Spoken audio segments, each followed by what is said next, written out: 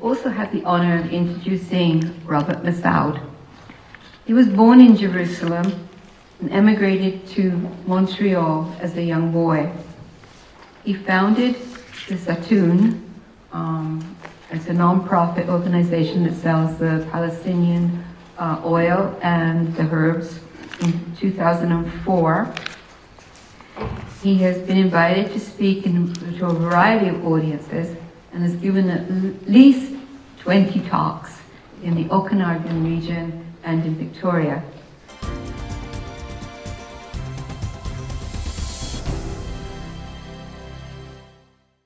That Palestine is a big part of our future. Palestine is the canary in the mine. As goes Palestine, so do we. And that's why it's so important that we be vigilant and that we be active in supporting it in any way we can. So where is the hope for a just peace of Israel-Palestine? Because we talk about hope. And the hope is not over there with Palestine or the Palestinians. The hope is with us here. Because it's our governments that enable the occupation, they enable apartheid, they enable all the crimes and the oppression. So really, we're the ones to give hope to the Palestinians. That's my belief. So, what is Zatoun? Just very quickly, Zatoun, as you probably know, is fair trade olive oil from Palestine. I grew up as a Canadian in Montreal as a child, and I basically more or less denied my Palestinianness for most of my life, until it became almost impossible to do that. And then it was a question, what was I going to do? I certainly didn't want to do politics. I did not want to do media, because that's what actually got Palestine into trouble and keeps it into trouble. I wanted something else to connect people to Palestine. And somehow the olive oil came to me, or I came to it. I don't know, it's one of those things. It was a grace to be the vehicle, to be the voice, to connect people to Palestine. And I can only say that it has done that. In the 17 years that I've been doing it, it has brought me into contact with so many thousands of people. And people say to me, how can you continue doing this? And I can only say that I do it through the goodwill and the glowing light of other people who are engaged and wanting to see a just peace in Israel-Palestine. So that's just very quickly about Zatoun, and I guess part of that is that it's not words or images. It's real, it's experience, it touches people, and it connects them to Palestine like nothing else can. And it's not that I can teach anyone or inform people of everything they need to know. It's a process of learning. And it's only through connecting people and inspiring people that they can begin their own process of self-education. And that's what I'm trying to do. So what is Zionism, very quickly, as a context? So Zionism is many things to many people and has many definitions. But, I mean, there's the historical, the biblical, the religious, and labor, and so on. But we're really most concerned with the political. From my standpoint, the way I define political Zionism, it's a settler colonial project launched 120 years ago to replace the indigenous people of Palestine with basically a Jewish population. To me, that really cuts through it. That's the simplest definition. Perhaps other people will argue with it and come up with something else, but to me that speaks the reality of what actually was delivered. That's what was delivered. And among world Jewry, this is interesting, Zionism was a very contentious project from its origin. Most of the world Jewry actually did not support Zionism. It was only in the 1930s, beginning with the Nazi era and so on, that Nazism actually took hold. But before that, people thought, most Jews in the world thought it was against the interests of world Jewry to have a Jewish state in Palestine. And so what has Zionism accomplished? Basically, it's accomplished a lot. What is accomplished is, is we could see most clearly in these four maps that most people have seen. As in 1947, a key juncture, we see the map as it existed. 93% of the land was held by Palestinians or Arabs, and 7% by recent Jewish settlers, basically. But we can go back further to 1917, and we basically see hardly any land being held by a Jewish population or Jews. And 1917 is important because that's the date of the Balfour Declaration. And this is the partition plan of 1947, when basically the British colonial power said, you know, we don't know what we started, we can't continue, and they threw it in the lap of the United Nations, and in the wisdom of the United Nations at the time, they decided to partition Palestine into a Jewish state, an Arab state, and essentially granted 55% of the land to a Jewish state, even though they held 7% of the land and the population was only 33%. And the key thing to understand here as well is that the Zionists understood that they could not have a Jewish state in that kind of configuration. There just was not enough of contiguity, and also 45% of the population that would be in a Jewish state was actually Palestinian. So you can't have a Jewish state with 45% Palestinians. So there had to be people transfer. And people transfer was always on the books. It was from the very beginning. Herzl in his book and in the First Zionist Congress and everything leading towards it, there was multiple references to the need for people transfer. So transfer the Palestinians, ethnic cleansing. And that's essentially what happened in 1948. And this is the armistice agreement sort of resulted in this look, which is the one that we're most familiar with, where Palestine was now cut back from 43% to 22% of the land, and Israel holding the rest. And then, of course, here we are with the present look and what is being offered as a Palestinian state. So this really is the accomplishment of Zionism, in the larger scope. This gives you an idea also of the people, kind of the population mix. As you could see in 1914, there was probably only about 50,000 Jews in Palestine, and in 1946 that had risen to 600,000.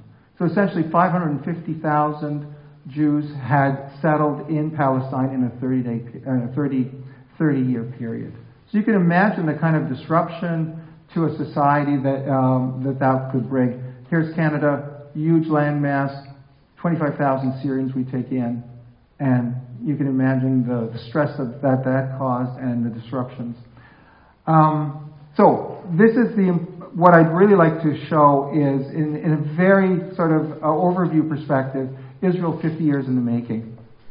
And as we could see, and the reason I want to show this particularly is it's not accidental. It's not, the heat of battle, in the tumult of war. It was, Zionism was a project. And it was a project from the very beginning, and we could see it in Herzl's book of 1896, basically called The Jewish State. That was the goal. It was the Jewish state, and he is the father of political Zionism, and the year after was the first Zionist Congress in Basel, Switzerland. And this is another key point, juncture, the Balfour Declaration of 1917, where the British colonial power basically gave to the Zionists their land deed. This is the deed from the empire, and in one sentence of 67 words, basically wrote out the Palestinians and the Arab population in historic Palestine right out of any kind of legal context. In the Balfour Declaration, it did two things. One, it wrote out the Palestinians because it only referred to Jews, and everybody else was in reference to the Jews. They were non-Jews. And it also granted political and not political, but civil and religious rights. So that's very important because it, again, wrote out national and political rights. So when you look at something like this, it looks fairly innocuous. But if this is going to be used as a land deed and the founding document of Zionism, the wording becomes very important. This was crafted I think it was 4 versions over a 3-month period. So it was extremely well crafted for maximum vagueness and flexibility going into the future. And then, of course, the fruition of that, if you could call it that, was the Nakba and the creation of Israel in 1948. The important thing to remember here is that the Nakba did not begin in May 1948 when Israel was created, when the UN partition plan was to take place. The Nakba actually began the day after the UN partition in November 29, 1947. Literally half the Palestinians who were displaced were displaced before May 15th, 1948. So there was, again, a very systematic plan afoot for ethnic cleansing and population transfer even before the creation. So it wasn't the tumult of war. This really is the 50-year process of the creation of Israel. And then, so the process here is the build. So what we see in that 50 years, particularly with the Balfour Declaration and the British presence, was to build up Jewish immigration and infrastructure, while at the same time tearing down Palestinian society and capacity to resist that settler kind of colonialism. And then the result of that, of course, was stealing of the land and an exile of 2/3 of its people. Greater Israel, 50 years in the making. Here again, this is the phase 2 of the creation of Israel in its present state. As you can see here, this is a very well-known, kind of takes us to 1967, the well-known map of the West Bank. And the Alon Plan of 1967 shows basically how Israel was going to retain and control the West Bank. And so 1 month after the war in June, this is tabled officially, but it was created before the war itself and tabled officially as the way to hold on to the West Bank. And of course, that was a very contentious issue. Many Jews and many Israelis wanted to give it back. They realized what it would entail to hold that land. What it would entail, of course, is Israel losing its Jewish capacity, or to be a Jewish state, and also begin the road to apartheid and to the oppression and suppression that we have seen. Interestingly enough, you see the fulfillment of that plan 25 years later in the Oslo Accord. So the Oslo Accord essentially was the legitimization and treatying, you could say, of the Alon Plan into what looked like a peace treaty or a peace process, but in fact was an administrative tool to fragment the West Bank into areas A, B, and C, which have become the basis for so much of what transpired. So I want to show this to show the continuity. And finally, that emerges in its final fruition, so to speak, in the deal of the century, 2020. Okay? And you could just see the historical process that takes us over 50 years. So just as Israel in 1948 was created in 50 years, now we see this idea of greater Israel being produced in approximately the same time, a 50-year span. So this is how it's envisioned in Trump's plan of the deal of the century. So in this process, 50 years of consolidation and expansion, with the result of stranglehold across all of historic Palestine. So again, this is very, very broad strokes without going into dates and individuals and so on, because that could take, like you said, the months you were trying to avoid. This gives you the perspective that you need on everything, and I think all you really need to get a sense of it. And then the deal of the century, of course, that's the big thing that we're all talking about with Trump and so on, announced in the end of January, so 2 months we've been living with it. And what I think it is the deal of the century is basically Israel's two-state solution. Everything they've been talking about, the two-state solution, is here.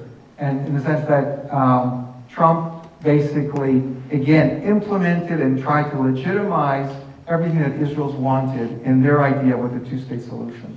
So the two-state solution is obviously not a two-state solution. The only time a two-state solution was possible was in 1967, immediately after the Six-Day War.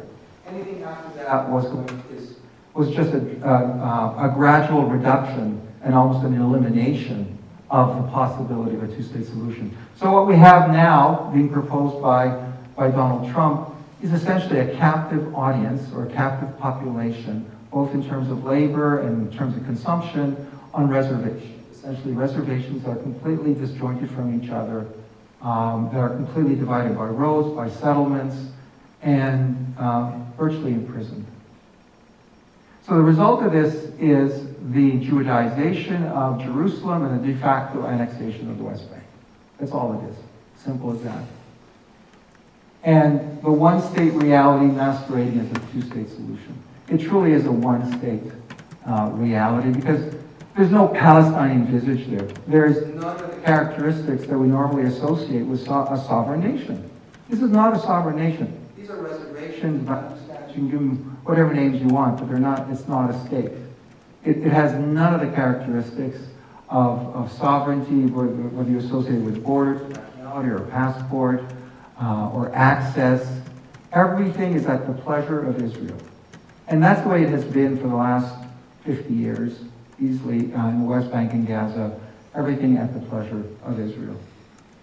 And what I'd like to do here is, in this slide, and I think this slide is really, again, expresses everything you need to know about Israel and Palestine. Everything else is window dressing and verbiage. So it comes down to this. Zionism and Israel really want three things, and only three things. They want to be a Jewish state, wants to be a democratic state, and it wants all the land of historic Palestine. That's really what it's all about. Everything else is just chatter, chatter, chatter, and complexity, and diversion, distraction, denial.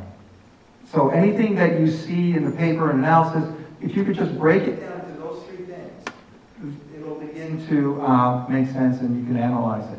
So Israel wants those three things, and the reality for now is that it can only have any two in combination.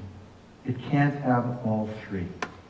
So what we have in its original state, and that is after 1948, you had a situation where, it's the closest it's ever gotten to being a Jewish state and a democratic state.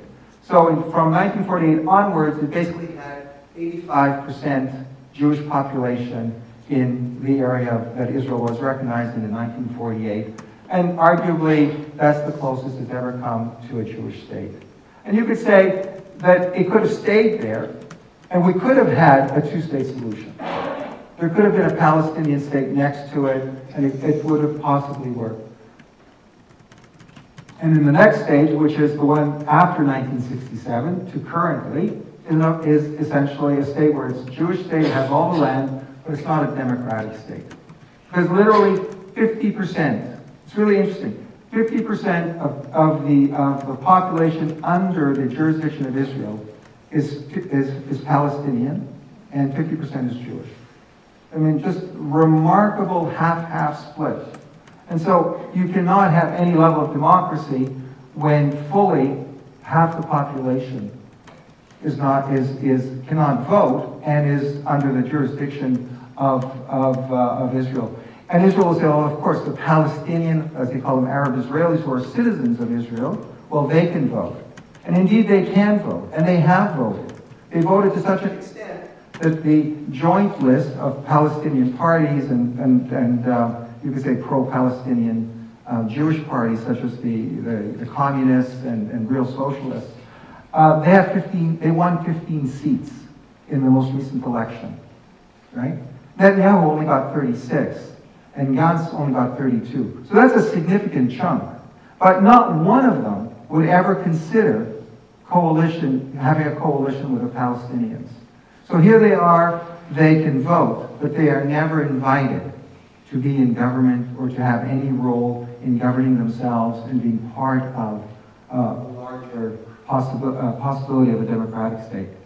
And then finally, we have the third combination, which excludes a Jewish state. There's all the land, and it's a democratic state. And this is really it's been envisioned, or the final point that's envisioned, I think, by a lot of Palestinians themselves, and also supporters of Palestinians, is the one democratic state for all people in historic Palestine, whether they be Jewish or Druze or Christian or Muslim. And this was even actually talked about by Palestinians back in the 1960s, that this was really the only solution. But of course, they did not have the power to work it.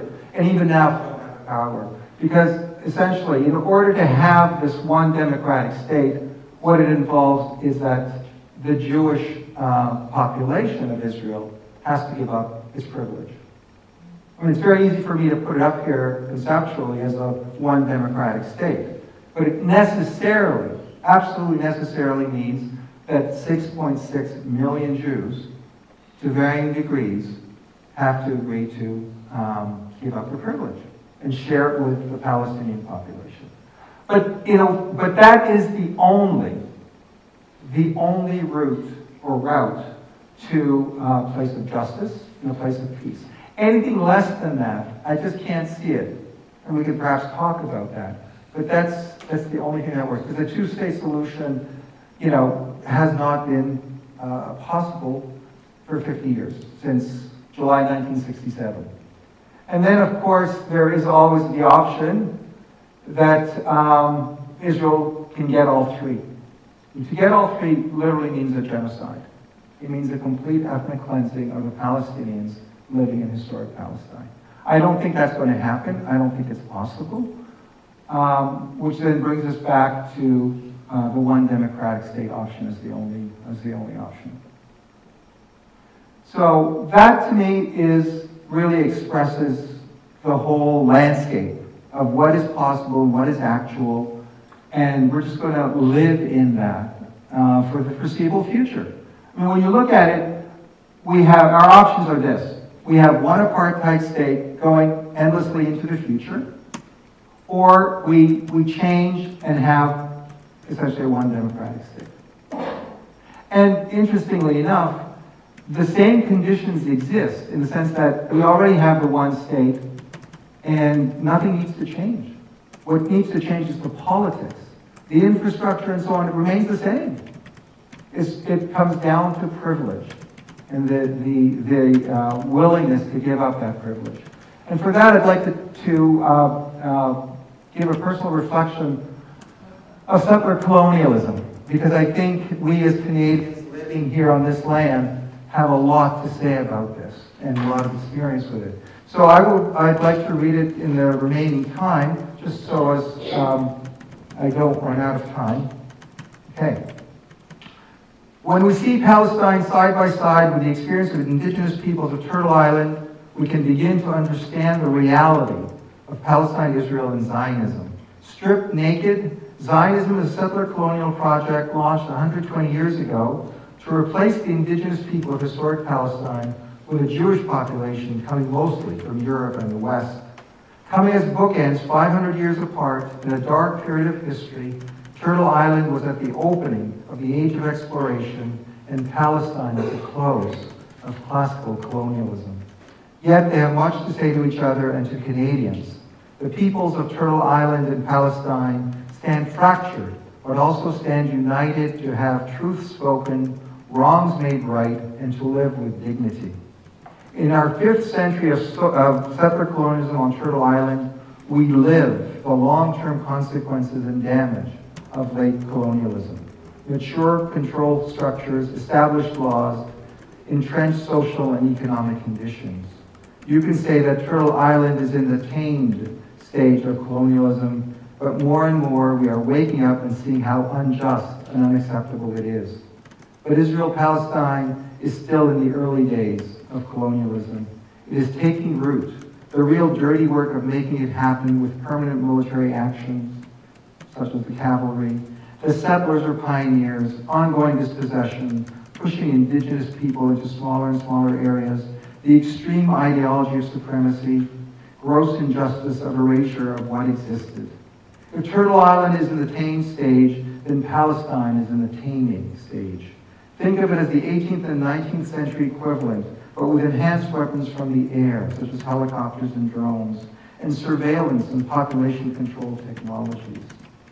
What is different is from the 16th century to now is the stage of human consciousness. Israel came as the last settler colonial project when colonialism was dying, and in 2020, we are living at a time when colonialism is dead. No politician or leader would dare stand up to say it is good, although they will willingly continue to exploit it. In the time of international law and the United Nations and the Universal Declaration of Human Rights and the UN Declaration of the Rights of Indigenous Peoples, etc., classic settler colonialism in Palestine is an anachronism from another era, and yet here it is challenging the world to do something about it. Despite all the lessons and evidence of extreme and long-lasting damage from colonialism experience in Turtle Island, South America, we still allow Israel, the new colonist on the block, to repeat history and worse, in full public view and an affront to modern values. In all the talk about ceded and unceded land, particularly here in British Columbia, know that not 1 inch of Palestine has ever been ceded by treaty. The land is given, stolen, purchased, expropriated, annexed, etc., but never ceded. And the endless pursuit of the two-state solution is in order to have Palestinians' legitimate historical claims extinguished by treaty. Yet, I would say we live at very exciting times when the reality and legacy of settler colonialism is being explored and challenged by more people than ever. However much the typical land acknowledgement may be unsatisfying, it is evolving to a more courageous call for restoration, not just reconciliation. I liken it to Israel-Palestine, when courageous Jews and non-Jews embark as anti-occupation activists, limited to the situation after 1967, but inexorably become anti-Zionists. The logic of human rights and justice drives them to the root cause, being the ethnic cleansing in 1948, and even further back to the Balfour Declaration of 1917. In the same way, Canadian society is now talking and being challenged as never before by the pipeline and railway blockades. Canadians are becoming aware that settler colonialism as an entrenched evil in their midst, slavery, the U.S. experience, which has and is destroying national life and must be addressed head on. And based on centuries of sorry failures at home with Indigenous peoples, Canada and the Canadian government of all stripes could have had an important contribution to make in Israel-Palestine, but not surprisingly, refused to engage with the real problem, preferring to side with the colonizer. Despite Trump's plan giving Israel everything it wants, I say we are in a good spot. I think people are truly waking up to the fog that is Zionism, which has clouded our understanding of history and our thinking about Palestine. When viewed through the prism of settler colonialism, the fog lifts and we can see the way ahead.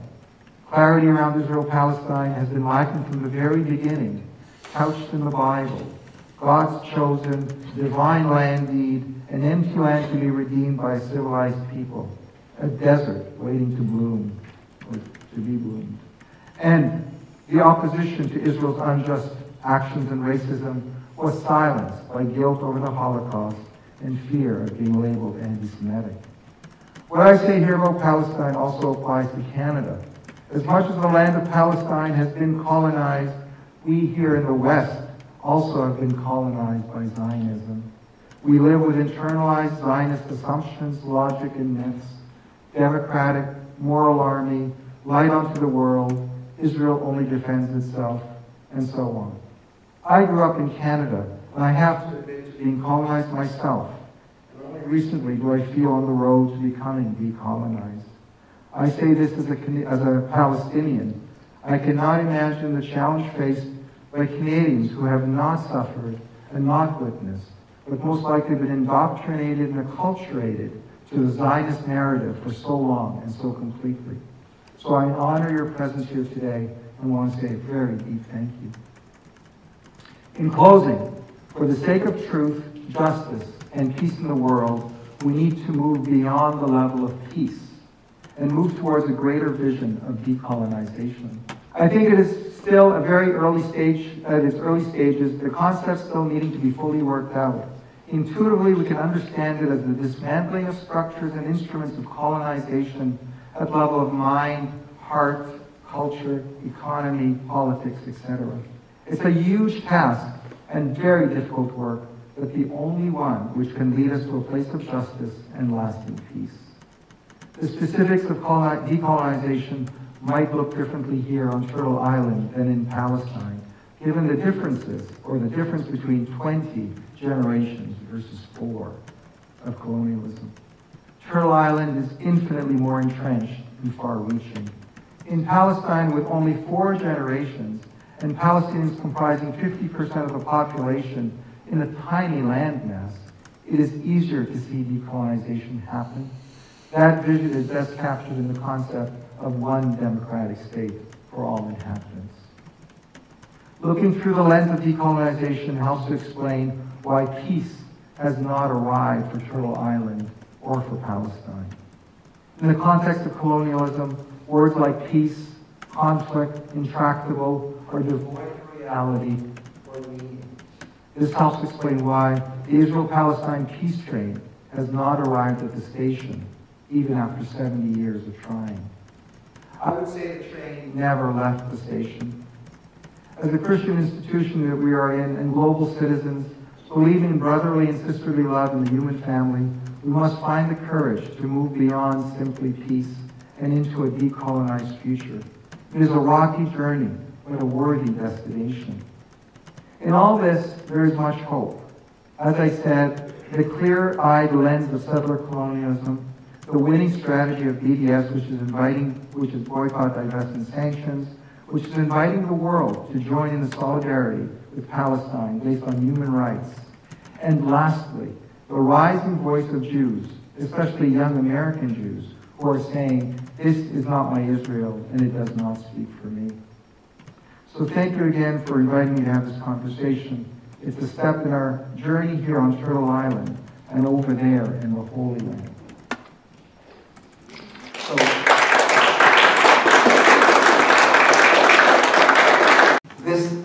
You gotta love the wall, right? You love it and hate it, because there's such incredible inspiration written on that wall.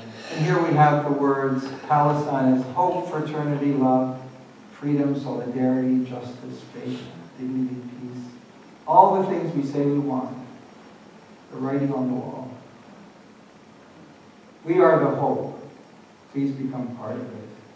And the way I would suggest we do that here in Canada is look for friends of Palestine. I try to be guided by an adage, you shall know them by their friends. Look for the friends of Palestine. They will be the people closest to your heart, closest to your soul, closest to your ideals. Because the friends of Israel aren't there. They're the Trudeaus and the institutions and the presidents and so on. And then become a friend of Palestine, and finally make friends for Palestine. Because when there are no gatekeepers in our friendships and in our networks. Israel relies on gatekeepers to maintain its narrative, to maintain its control. So this is where I believe as communities, as individuals, everyday people, we actually hold the power. It's not obvious, but it's there, and we need to work at it. And it's a simple concept, friendship, with a big F and a small f. So thank you very, very much.